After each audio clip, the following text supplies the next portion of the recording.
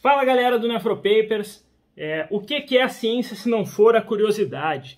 Então, assim como todo mundo, a gente do Nefropapers ficou surpreso aí com todo esse cenário triste político internacional e a gente foi atrás de um resumo de como é a saúde na Ucrânia, né? Em especial em relação à nefrologia. Então, se tu for médico, nefrologista, ou for médico ou for curioso, vale a pena ficar para ver esse vídeo, cujas informações, na grande parte, foram retiradas aí do livro Nephrology Worldwide, que foi até tema do podcast recente e vai ficar aqui para baixo para vocês acompanharem.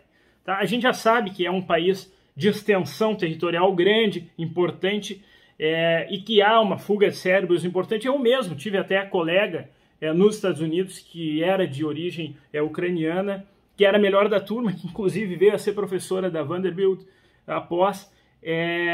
O sistema de saúde ucraniano, ele, assim como o brasileiro, ele é composto por um setor privado e setor público. Teoricamente, o público ele deveria garantir tudo, mas também tem o setor privado. Os médicos ganham 2 a 3 vezes mais, por referência deles mesmos, no privado, em relação a trabalhar para o Estado. E a Ucrânia tem uma história longa e importante, inclusive até na nefrologia mundial. Em 1927, eles fizeram o primeiro tratado de nefrologia ucraniano mesmo. Tá? Então, é uma história longa com a nefrologia. E em 1933, a gente vai ter o primeiro transplante renal. Tá? O primeiro transplante renal foi feito em território ucraniano, que na época era a União Soviética, na cidade de Kherson, que é um porto ao sul. E é interessante que naquela época, o Voronoi, Yuri Voronoi, que foi esse transplantador, ele vai publicar isso numa revista espanhola, para tu ver que a situação política na época do próprio cientista também não era muito boa, problema antigo, né? Hoje a Ucrânia ela vai contar com 460 nefrologistas, né, que ganham de 120 a 150 dólares por mês, um pouco abaixo aí do Brasil, e a formação deles vai ser 6 anos de medicina interna, mais 6 anos de medicina, mais 2 anos de medicina interna, mais 6 meses de especialidade, sendo que de 5 em 5 anos eles vão ter que prestar prova, assim como é na grande maioria dos países na Europa. A parte da prova, não a parte da especialização, que é até um pouco mais curta.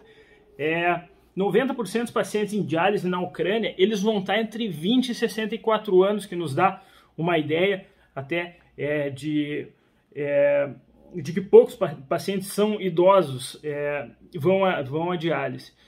Desses pacientes, 7.426 estão em hemodiálise, 864 estão em peritoneal e o resto é transplantado, que é uma parcela muito pequena da população, inclusive perto de 9, entre 9 e 10% dos pacientes em terapia renal substitutiva estão na peritoneal. Isso é mais que a maioria dos países do leste europeu. E na justificativa do médico ucraniano que escreve isso, ele fala que isso é muito às custas do pouco desenvolvimento do transplante atual na Ucrânia.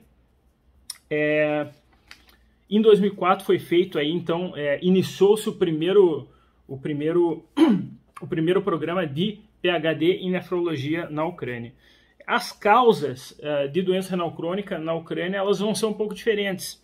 O relatado é pielonefrite, diabetes e glomerulonefrite, sendo que tem uma correlação interessante: quanto maior a quantidade de nefrologistas nas áreas adscritas do censo, menor a etiologia é dada como pielonefrite, o que é até um pouco esperado. A grande maioria dos pacientes na Ucrânia entra em terapia renal substitutiva pela emergência, tá? Com uma taxa de filtração glomerular menor que 10, tá? Em urgência dialítica.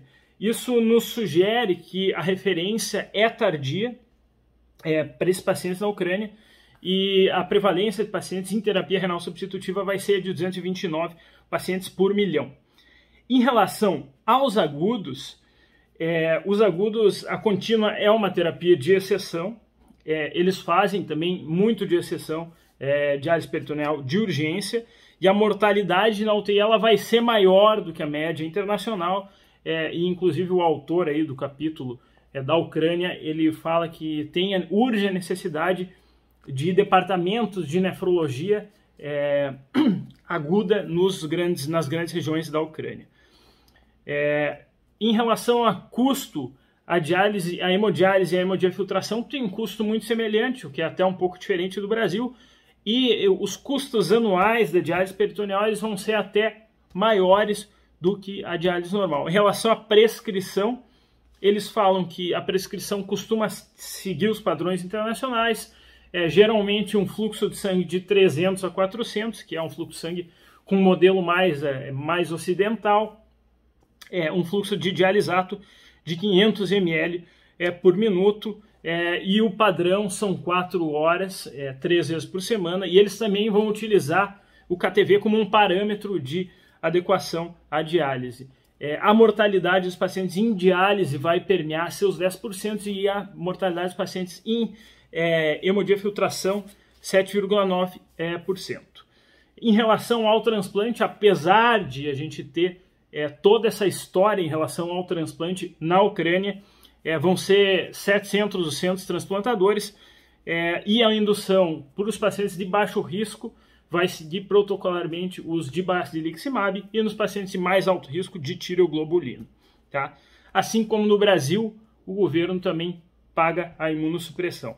Então, obviamente o NephroPapers lamenta toda essa situação internacional, aí são muitos pacientes em diálise, aí quase 10 mil pacientes em diálise, um país muito grande, mas fica aqui o nosso informe, até por questões de curiosidade, como funciona um pouco do sistema de saúde ucraniano e um pouco dos dados de diálise da Ucrânia.